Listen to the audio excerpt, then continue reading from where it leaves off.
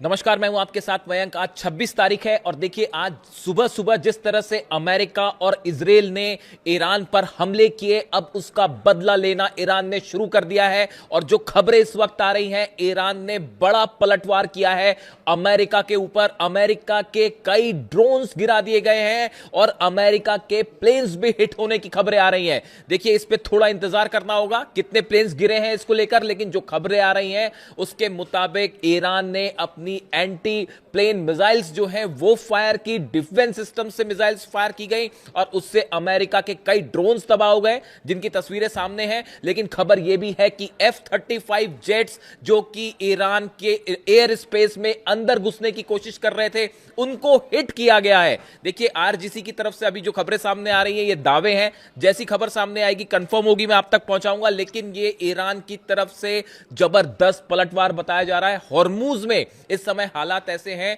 देखिए जो दावा हो रहा है ईरान की तरफ से कि अमेरिका के कई प्लेन्स ने, फाइटर जेट्स में, जिसमें F-18 शामिल थे, F-35 शामिल थे, उन्होंने टेक ऑफ किया अब्राहम लिंकन से, एयरक्राफ्ट कैरियर से, और वो ईरान के एयर स्पेस के अंदर घुसने की कोशिश कर रहे थे।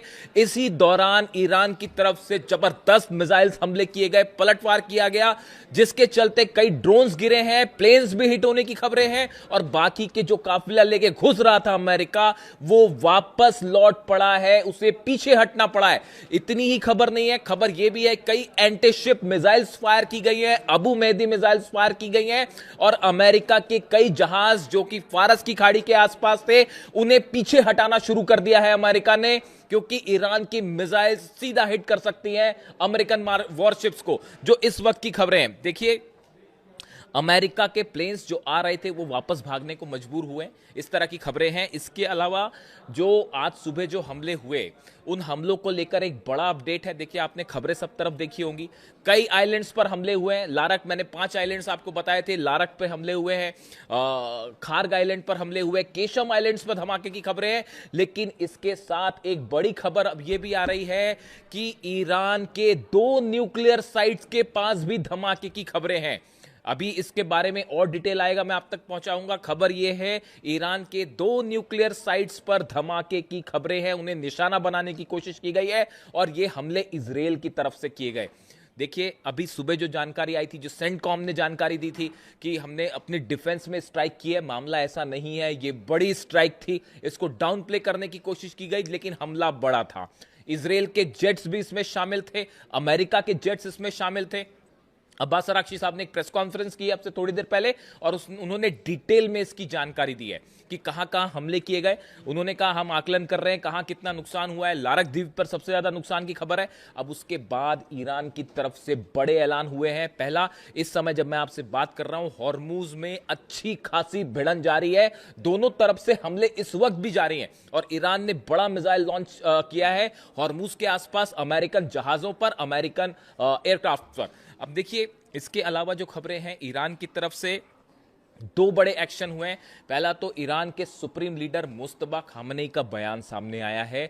उन्होंने ये बात साफ कर दी है, उन्होंने कहा है कि जिस तरह से ईरान पर हमले किए गए, इसका बदला लिया जाएगा। उन्होंने इजराइल को कैंसर बताया। उन्होंने ये कहा जैसे कैंसर का ट्यूमर होता है, उस तरह से इजराइल है और इजराइल को नक्शे से मिटा दिया जाएगा, इजराइल को खत्म कर दिया जाएगा। इस तरह की बात, इस तरह का संदेश मुस्तफा खामनेई साहब की तरफ से आया है। जिस तरह से हमले हुए उसके बाद, यानी अब यह तय माना जा रहा है कि ईरान इजराइल पर एक बड़ा अटैक करेगा।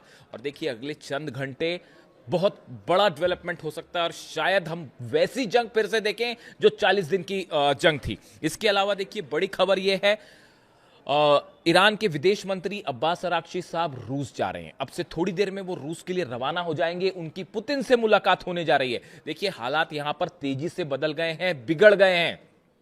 यूक्रेन और रूस के बीच में बड़ी जंग छिड़ चुकी है। जिस तरह से हमले कर रहे हैं पुतिन, देखिए पुतिन ने 5 न्यूक्लियर मिसाइल्स दागी है पिछले 48 घंटे के अंदर यूक्रेन पर। अब मामला बिगड़ता दिख रहा है। और उसके अलावा लावरोव की बात हुई है मार्को रूबियो से, अमेरिका के विदेश मंत्री से, और लावरोव ने, रूस के विदेश मंत्री ने यह बात साफ कर दी है कि जब तक अब यूक्रेन को हम घुटने पर नहीं ले आएंगे, तब तक ये हमले नहीं रोके जाएंगे। जिस तरह से लुहांस्क पर हमला हुआ, कॉलेज के ऊपर एक डॉर्मेटरी पर हमला हुआ जहां पर स्टूडेंट थे, जिसमें कई सारे स्टूडेंट मारे गए। ये वैसा ही हमला था जैसे मिनाब में स्टूडेंट्स के ऊपर 168 बच्चियों के ऊपर हमला हुआ था, बिल्कुल वैसे ही हमला लुहांस का था, जिसके बाद पुतिन बेहद गुस्से में है। 5 न्यूक्लियर मिसाइल्स फायर की गई हैं, 5 तरह की न्यूक्लियर मिसाइल्स, 5 तरह की न्यूक्लियर मिसाइल्स, इसमें ऑर्शनिक भी शामिल है, कैलिबर भी शामिल है, इन सबको फायर किया गया है यूक्रेन पर। और बिल्कुल वैसे ही जंगी हालात अब देखने को मिल रहे हैं ईरान और अमेरिका के बीच में। देखिए, मैं फिर से इस बात को रिपीट करूंगा, पूरी दुनिया में जितने पत्रकार हैं, जितने न्यूज़ चैनल्स हैं, जितने पॉडकास्ट चल रहे हैं, सबका स्टैंड ये था कि ईद के पहले हमला नहीं होगा, हज के बीच में हमला नहीं होगा। आप मेरा वीडियो उठा के देखिए, मैंने दावा किया था आपको कि हज के बीच में ही हमला होगा, ईद से पहले हमला होगा। और देखिए, ये खबर एक बार फिर सच साबित हुई। इसकी बड़ी वजह थी, देखिए कई लोगों ने मुझसे पूछा, आज सुबह से कई फोन्स आ गए मेरे पास, और सब ये पूछ रहे हैं कि आपने ये दावा कैसे किया था कि ईद के पहले पहले हमला हो जाएगा, हज के बीच में हमला होगा। कई लोगों ने ये सवाल पूछे, आप इकलौते ऐसे पत्रकार हैं जिनका ये दावा था कि हज के बीच में हमला होगा, ईद के पहले आपने कैसे दावे किए। देखिए, इसकी 2-3 बड़ी वजह थी। सबसे बड़ी वजह अगर आपने नोटिस की हो, जिस आनन फानन के साथ सऊदी में डिफेंस सिस्टम तैनात किए गए पिछले 48 घंटे में, वो बड़ा ही अस्वाभाविक था। इसी तरह के डिप्लॉयमेंट यूएई ने भी किए हैं। आप देखिए, सऊदी में मक्का मदीना के आसपास, काबा के आसपास जिस तरह से डिफेंस सिस्टम तैनात किए गए, ये यूजुअल प्रोसेस नहीं थी। आप इसको समझिए, डिफेंस, अगर आप इस बात पर नजर रखें तो यह साफ बात दिखाई दे रही थी कि सऊदी को इस बात का डर था कि ईरान अचानक हमला कर सकता है। अब सऊदी को इस बात का क्यों डर था? क्या सऊदी इस बात को जानता था? क्या मोहम्मद बिन सलमान इस बात को जानते थे कि अमेरिका और नेतन्याहू एक बार फिर स्ट्राइक करने जा रहे हैं 48 घंटे के अंदर? क्या यही वजह थी उस जल्दबाजी की जो डिफेंस सिस्टम तैनात किए गए, आनन फानन में इजराइल से सिस्टम मंगवाए गए? एक पॉइंट। दूसरा पॉइंट आप देखिए, अब्राहम लिंकन एयरक्राफ्ट कैरियर पर पिछले 48 घंटे के दौरान बड़े डेवलपमेंट्स हुए। F-35 जेट्स ने टेक ऑफ किया, F-18 जेट्स ने टेक ऑफ किया। अमेरिका की तरफ से जब भी कोई बड़ी एयर स्ट्राइक होती है, उसके ठीक पहले अमेरिका की एयरफोर्स एक मिनी एक्सरसाइज करती है, जो कि शुरू हो चुकी थी। दूसरी बड़ी वजह। तीसरी बड़ी वजह, इजराइल से कई रिफ्यूलिंग जेट्स ने टेक ऑफ किया बेन गुरियन एयरपोर्ट से। 4 से 5 रिफ्यूलिंग जेट्स ने टेक ऑफ किया जो हॉर्मूज के ऊपर गए। आप सोचिए, अगर रिफ्यूलिंग जेट्स टेक ऑफ करते हैं बेन गुरियन एयरपोर्ट से, वो हॉर्मूज के ऊपर क्यों गए? ऑब्वियस सी बात है कि हॉर्मूज के आसपास कोई हमला होने वाला है। वो वहां पर भाई घूमने तो गए नहीं होंगे, पिकनिक मनाने तो गए नहीं थे वहां पे। वो F-35 F-18 जेट्स जो कि इन्वॉल्व थे, इनकी रिफ्यूलिंग के लिए गए थे कि एयरमैन की रिफ्यूलिंग की जरूरत पड़ सकती है, या अब्राहम लिंकन पर जो एयरक्राफ्ट है अमेरिका के, उनको ऑयल सप्लाई करने के लिए मूवमेंट हुआ था। इसीलिए यह बात साफ थी कि पहले ही हमला करेगा। और चौथी बड़ी वजह देखिए, अमेरिका जब भी अटैक करता है, उसकी खास बात यह होती है कि वो एकदम से अटैक करेगा। मतलब आप ये सोचेंगे, या तो ये कहा जाएगा अभी बातचीत हो रही है और उसके बीच में हमला हो जाएगा। इसीलिए शायद ये सोचा अमेरिका ने कि सब ये मान के चल रहे हैं कि भाई अभी हज चल रहा है, ईद होने वाली है, इसलिए हमला नहीं होगा। सरप्राइज करने की कोशिश की गई ईरान को और बीच में हमला कर दिया गया। ये वैसा ही था जैसे अली खामेनी साहब पर हमला हुआ। इसीलिए आपको कहते हैं कि जो पुराने ट्रेंड्स हैं उससे सीखना पड़ेगा, आपको समझना पड़ेगा। पिछली बार जब हमला हुआ था और जिस तरह से हमले हुए अली खामेनी साहब में, रमजान के बीच पे हमला किया गया। इसीलिए इस बार देखिए हज के बीच में हमला किया गया। इस ट्रेंड को समझिए आप। इसीलिए मैंने दावा किया था कि ये हमले हज के बीच में हो जाएंगे और फिर से एक बार जंग हो सकती है। और अब वही हालात सामने खड़े हुए हैं।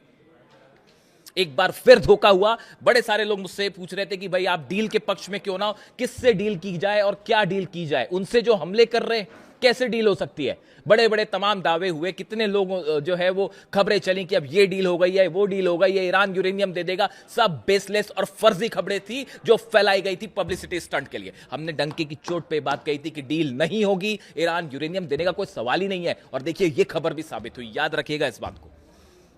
जितने दावे हमारे हो रहे हैं, बड़ी रिस्पॉन्सिबिलिटी के साथ मैंने दावे किए और सब के सब सच साबित हो रहे हैं। आप उठा के देख लीजिए, क्या किसी और शख्स ने यह बात कही थी कि हज के दौरान हमला होगा या ईद के पहले हमला होगा? सिर्फ हमने कहा और यह खबर साबित हुई सच। और आप और देखिए, ईरान की तरफ से बहुत बड़े पलटवार की तैयारी कर ली गई है। और जो मुस्तबा खामनेई साहब का जो संदेश आया है, हम इजराइल को मिटा देंगे, ये एक संदेश है इस बात का, ये इशारा है इस बात का कि इजराइल के ऊपर बहुत बड़ा हमला होने जा रहा है। देखिए ये हमले क्यों हुए, इसकी कई वजह भी सामने है। सबसे बड़ी वजह है तो ईरान जो है अपेरेंटली कि भाई ईरान अपना यूरेनियम देने को तैयार नहीं है। ये बात साफ बता दी गई है अमेरिका को। जितने 5 देश अरब देशों के निगोशिएट करना चाह रहे थे, पाकिस्तान के नेता वहां पे थे, आर्मी जनरल वहां पे थे, इन सबको साफ साफ बता दिया गया था ईरान अपना यूरेनियम नहीं देगा, हम न्यूक्लियर मुद्दे पर कोई बात नहीं करेंगे। तमाम दावे हो रहे थे यूरेनियम यहां चला जाएगा, यूरेनियम वहां चला जाएगा, सब फर्जी खबरें थी, फैलाई गई थी। बात नंबर 1। बात नंबर 2, आप देखिए एक बड़ी लॉबी काम कर रही है। आप मेरा कल का वीडियो उठा के देखिए, मैंने कई लोगों के नाम लिए थे जो खबरें हैं वेस्टर्न मीडिया में, खबरें हैं। देखिए मार्क डूडोविट्स डोनाल्ड ट्रंप के करीबी हैं, लिंडसे ग्राहम आप जानते ही हैं, टेड क्रूज, ये वो नाम है, ये इनको बड़ी लॉबी माना जाता है इजराइल की, जो कतई नहीं चाहते कि किसी तरह की डील हो जाए। नेतन्याहू कतई डील नहीं होने देंगे, और अगर डील होती भी है तो उसको फिर से तोड़ दिया जाएगा जैसे 2015 के पैक्ट को तोड़ा गया।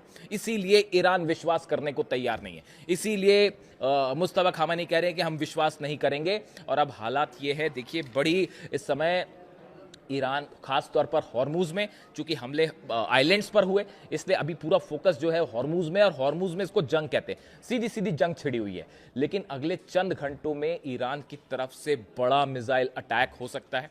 और देखिए अब्बास अरागची साहब तुरंत पुतिन से मिलने भी जा रहे हैं, हो सकता है कि इस मुलाकात के बाद एक्शन देखने को मिले। लेकिन फिलहाल ईरान की तरफ से हॉर्मुज में कई मिसाइल्स फायर की गई हैं, और उसमें अभी कितना नुकसान है अमेरिका को, ये थोड़े वक्त पर सामने देखने को मिलेगा।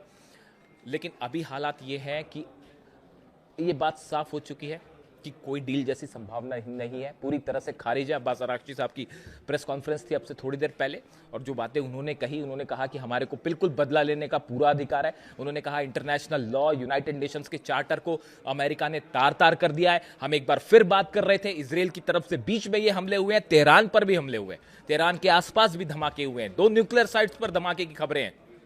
इसका बदला लेने का हमको पूरा अधिकार है। और अब देखना यह है अगले चंद घंटे में ईरान की तरफ से क्या रिप्लाई देखने को मिलता है। जो भी अपडेट होगा मैं फौरन आप तक लाने की कोशिश करूंगा। कमेंट करके बताइए इस वीडियो को लेकर आपकी क्या राय है। Thank you so much.